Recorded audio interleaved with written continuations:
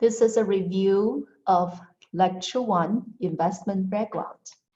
In this lecture, we covered financial goals, investment plans and approaches, and finally, we talk about financial crisis from 2008 to 2009.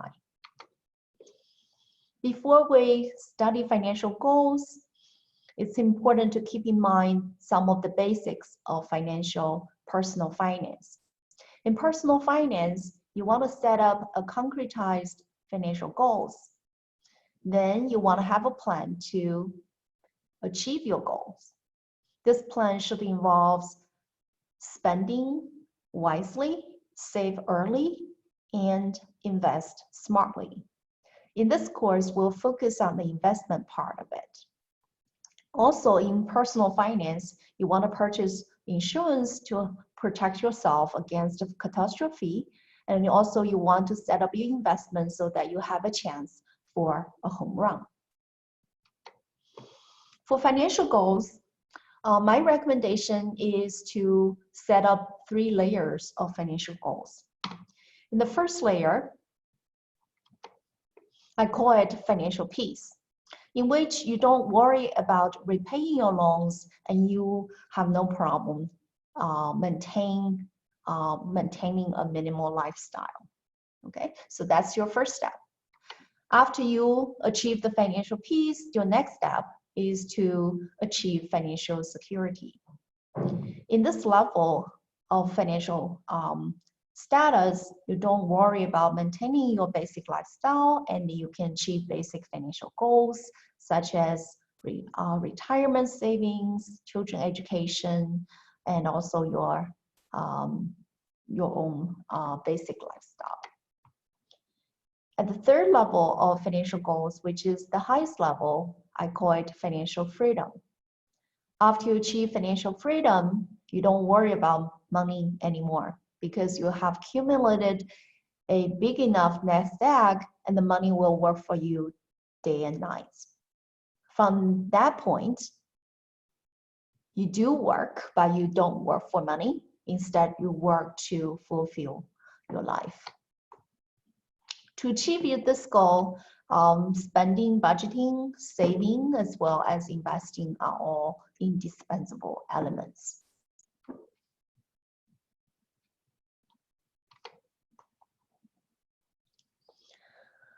In general, when we talk about investments, you have 2 options. You can choose to invest in real or financial assets. What is investment? Investment is giving up your resources or consumptions today in order to reap greater benefits in the future by generating greater wealth and consumptions in the future. If you put your resources from your money into your time and your human capital into real investments, you basically put those resources into real assets. So real assets can include land, building, equipment, human capital, knowledge, and in the form of if you do real estate investing, you have education in order to bring the value of your human capital, or you do a startup company in which you put both of your financial and human capital together to generate, hopefully in the future, greater wealth. If you choose to do financial investments, you put your financial capital into financial assets. Financial assets are papers or claims against the underlying real assets. Against its claims on the cash flows generated by the underlying real assets. Okay, so real investment produce goods and services, but financial investments give you the claim on the cash flow generated by the underlying assets, underlying real assets. Okay, so basically real investment produces the pie and financial investment shows you how to divide the pie. In this course, we'll focus on financial investments. To understand the power of investment in the long term, it's important to keep in mind the word compounding.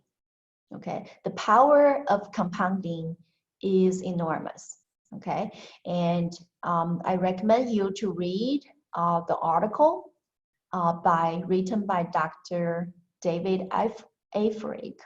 The article has the title, which is the easiest way to make $1 million in the stock market, and it tells you basically the power of compounding. And even the famous scientist Albert Einstein has said that compound interest is the 8th wonder of the world. Okay, I strongly recommend everybody reading that article.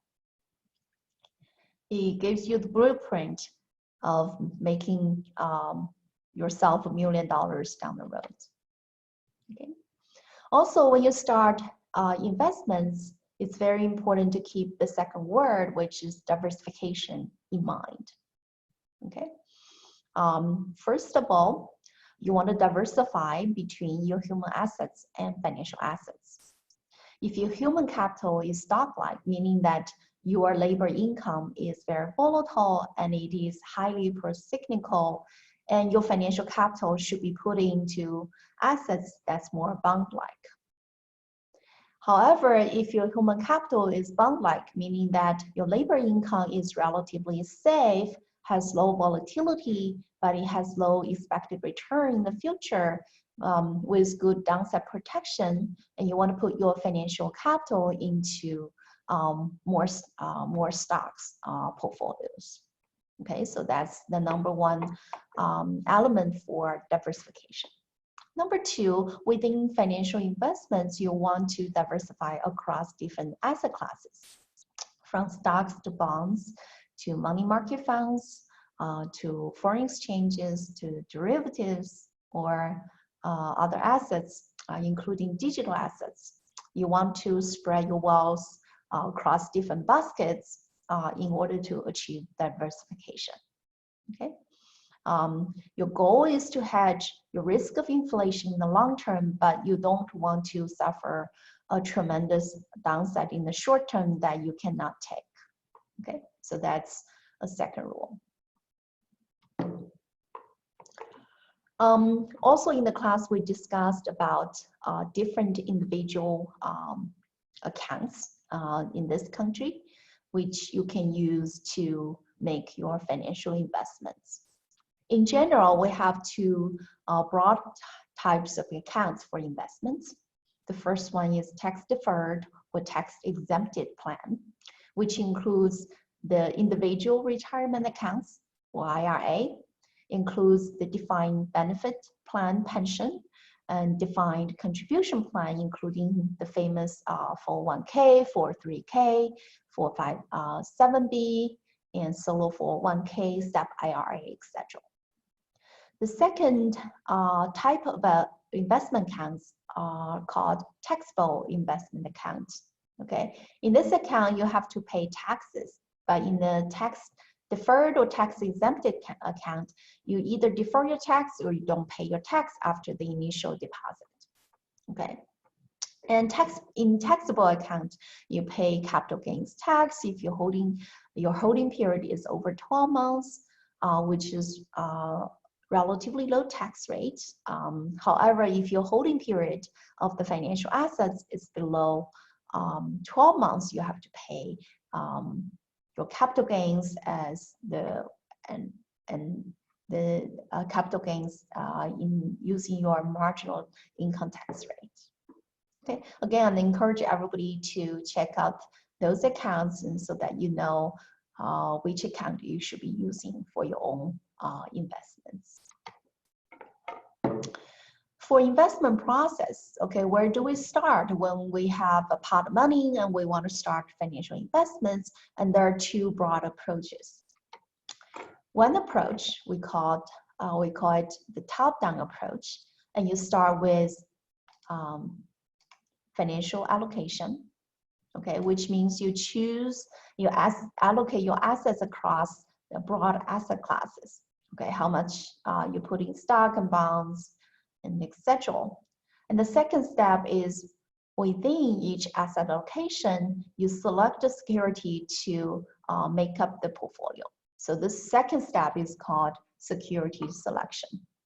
Okay, and the purpose is to achieve diversification by having a portfolio from each asset class and having a mix of asset classes in your grand portfolio. The second approach is called the bottom-up approach. In this approach, investors try to start with individual securities. It could be an individual stock or it could be an individual bond. And analysis is done at the individual security level, and the decisions are made based on whether the security is underpriced or overpriced. So in this approach, investors tend to have a less diversified portfolio. However, they try to be active and try to take advantage of temporary mispricing. Okay, so what are asset classes? So those are basically broad categories of financial assets. This is not a complete picture, but in general, we have traditional financial markets, we have derivative market, foreign exchange market. Now we also have private equity, we have digital assets, asset class. So it can be broader than this graph. Among traditional financial markets, and we have the short-term markets, which is called money market, or the long-term market, which is called the capital market. Okay, for money market, and we have the short-term financial instruments. For capital markets, we have bonds and stocks, which are very commonly known. When you sign up with your employer usually provides investment company to serve as the vendor of your investment accounts, your retirement accounts. What the investment company do is actually give you a questionnaire. I recommend you to check out the link under lecture 1. It shows you the questionnaire from TIAA to assess your investment horizon as well as your risk aversion. So after they determine the two, they would give you a recommendation of the investment mix or the asset allocation based on your risk profile and investment horizon. Okay, some of the examples from TIAA can be seen here. You can see that aggressive allocation has a little bit more equity than moderately aggressive allocation, because equities are stocks. They tend to be highly volatile in the short run. The graph in the lower part of this slide are from Acorn. Okay, so Acorn is a financial app in which you can link the app to your credit card, and whenever you make small purchases, your spare changes will be automatically deposited into your Acorn account. And when your total spare changes exceeds $5, it will be automatically invested into one of those allocation pies based on your risk profile.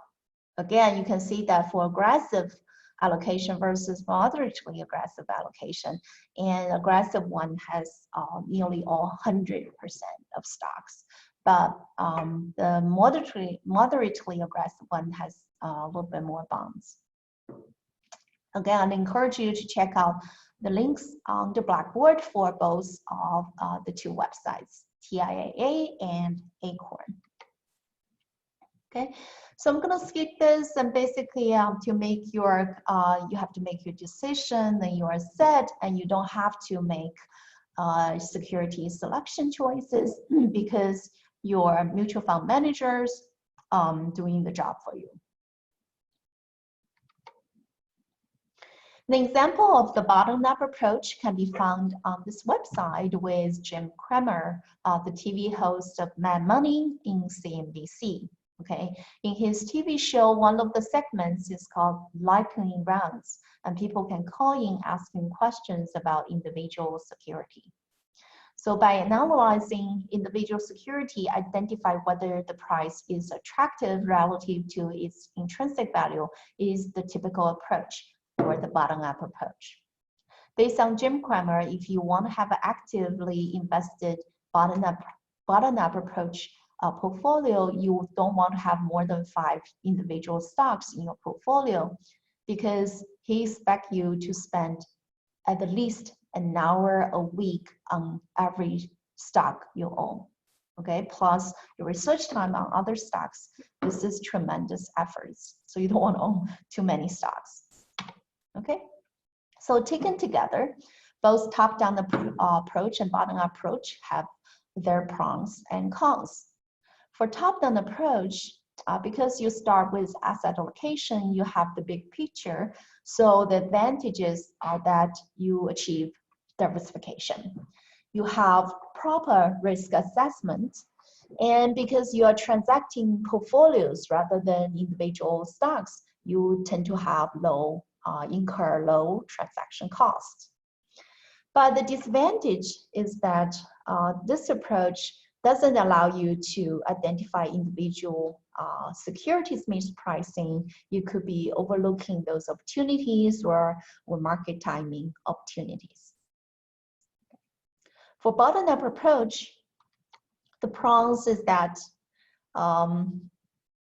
this approach gives you the opportunity to identify mispriced security and take advantage of market timing. However, the disadvantage is that you tend to hold undiversified positions and have incorrect timing and evaluation, and that would cost your returns, and finally, you will incur higher transaction costs. Okay, so I'm gonna stop here and move to the second half of this video in the next video.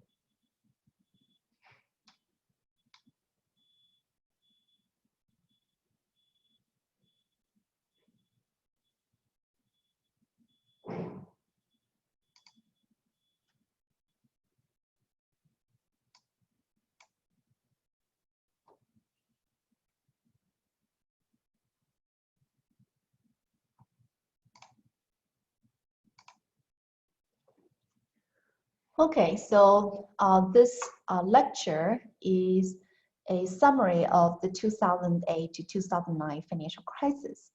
And I encourage you to follow the YouTube link here to check out the video, which provides a very detailed and excellent overview of the financial crisis, including its causes and its implications and effects on the financial markets. Okay. Before 2008, the US market has experienced the great moderation. So what does that mean? It means after the 2000 technology bubble burst, and the Fed has lowered the interest rate, and so that the market has only experienced mild recession. As you can see here, that the interest rate, which is the T-bill rate, relative to the LIBOR rate, which is the interbank lending rate in offshore banks, closely track each other. And after 2000 to 2003, the interest rate has dropped to 1%. And the difference between those two is very small, meaning that the credit risk or the risk of default by the counterparty is really small, is really low. When the interest rate stays very low and default risk is very low, and the US market started to find out the housing market is the new growth sector. From 2001 to 2005 and 6, you can see that the housing price index, now we're seeing SP Case-Shiller home price index, has increased from 100, a little bit above 100 to 200, which is nearly 100% increase. This is occurred only in 5-6 years, and this is this magnitude of price appreciation in the housing market has surpassed the overall growth in the last 15 years, right? Starting from 1987 to 2000, the housing price on average appreciated from 60 to 1,100, which is about 80% increase. Okay, so 80% increase in the last 15 years and 100% increase in the next 5 years. So that's what we have seen in 2007, which turned out to be the peak of the housing price before the financial crisis. Okay. Another note is the Case-Shiller home price indices are tracking the 20 metropolitan area composite housing prices on repeated sales of single-family homes. Okay, so only single-family homes are counted in this price indices, and only the changing price only based on the repeated sales.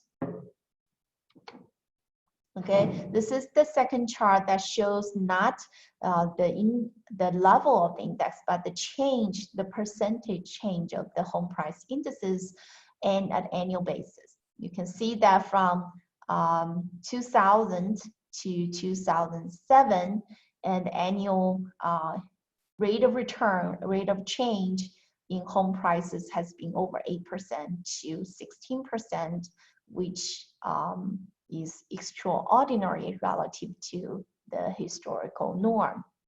After the 2007 peak to 2009, and you can see that the housing price on average has dropped by over 20% per year for nearly about 15% per year for about 2 to 3 years, and it bottomed around 2012 on average in the nation.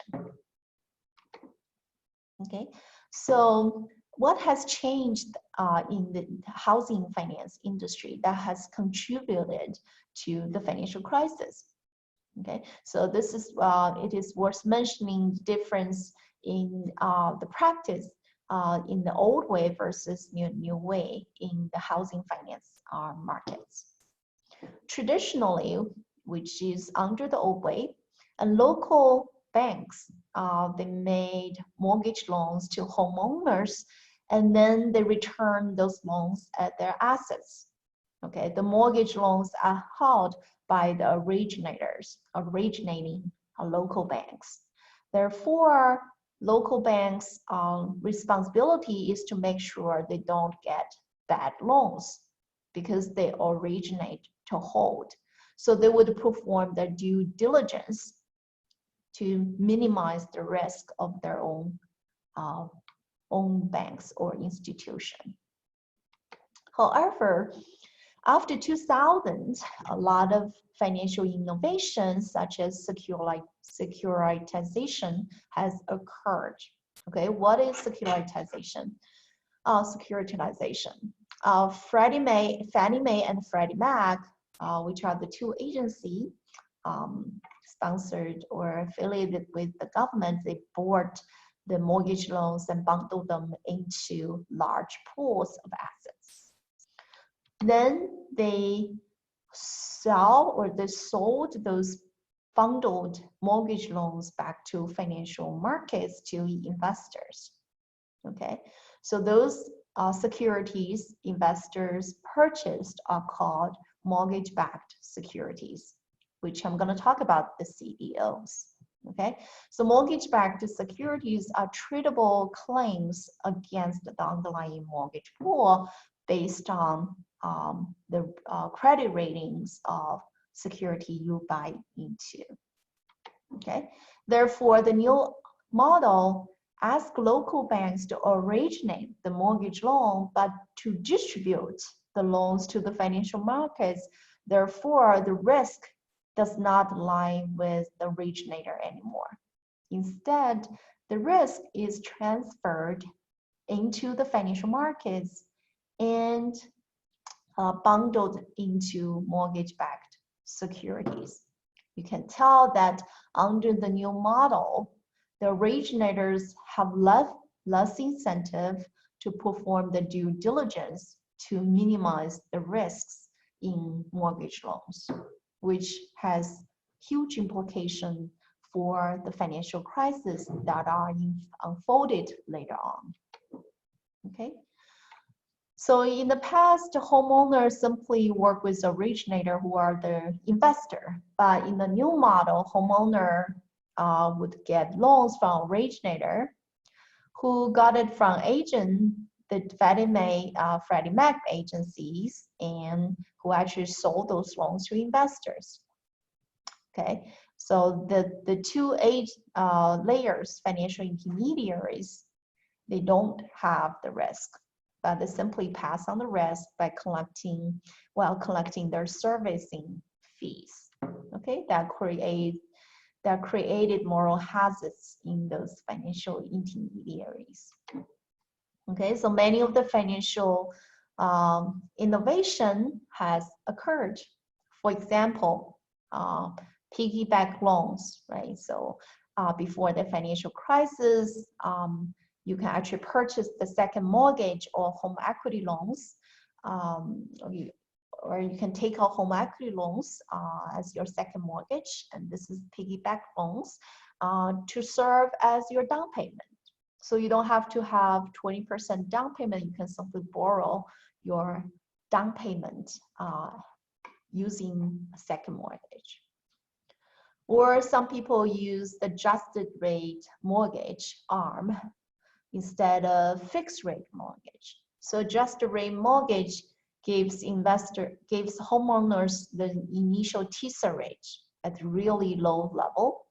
And after the initial teaser rate, maybe 3 years, 5 years, or 7 years, the loan rate will fluctuate with the prime mortgage rate plus a markup based on your credit rating.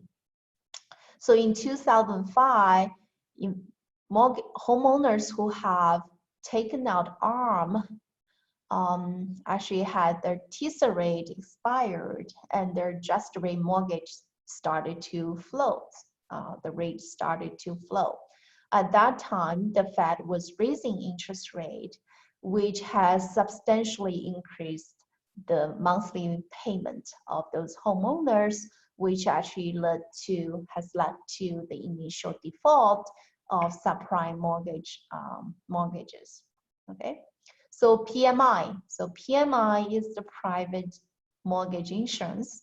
Okay, if your down payment is less than 20%, you have to purchase the PMI in order to protect the lender if the borrower defaults. Okay, now we don't have PMI, but at that time, we don't have that many PMI at that time, so you don't have to pay any down payment as long as you have PMI.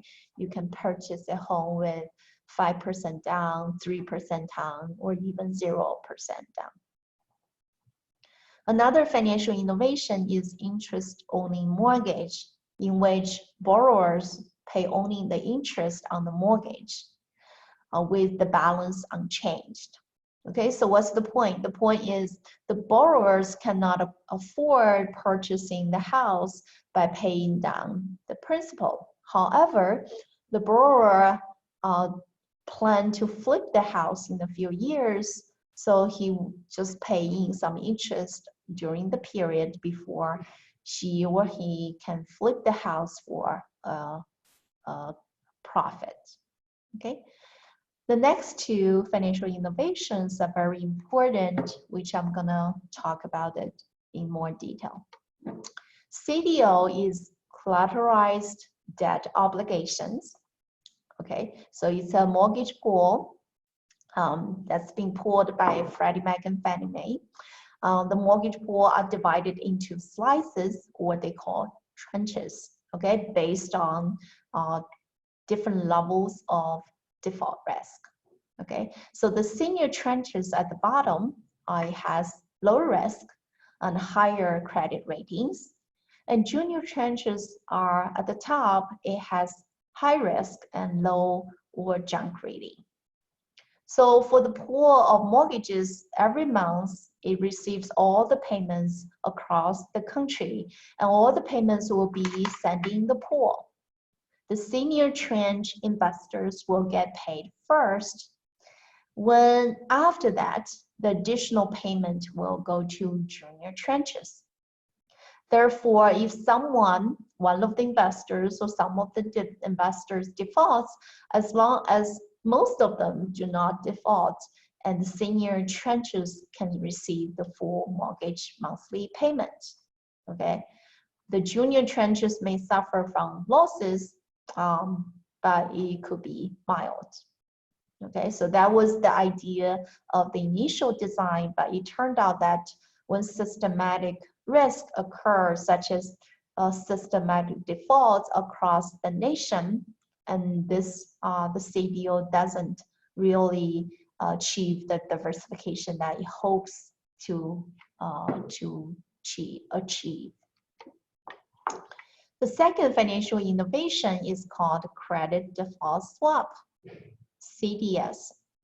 A CDS is an insurance against the default of the underlying CDOs. Okay, so if you have purchased CDOs, you basically hold a bundle of mortgage debt. If you are concerned that your mortgage debt may default because the borrowers may systematically default at the same time, what you can do is to purchase the insurance against the default of the underlying CDO.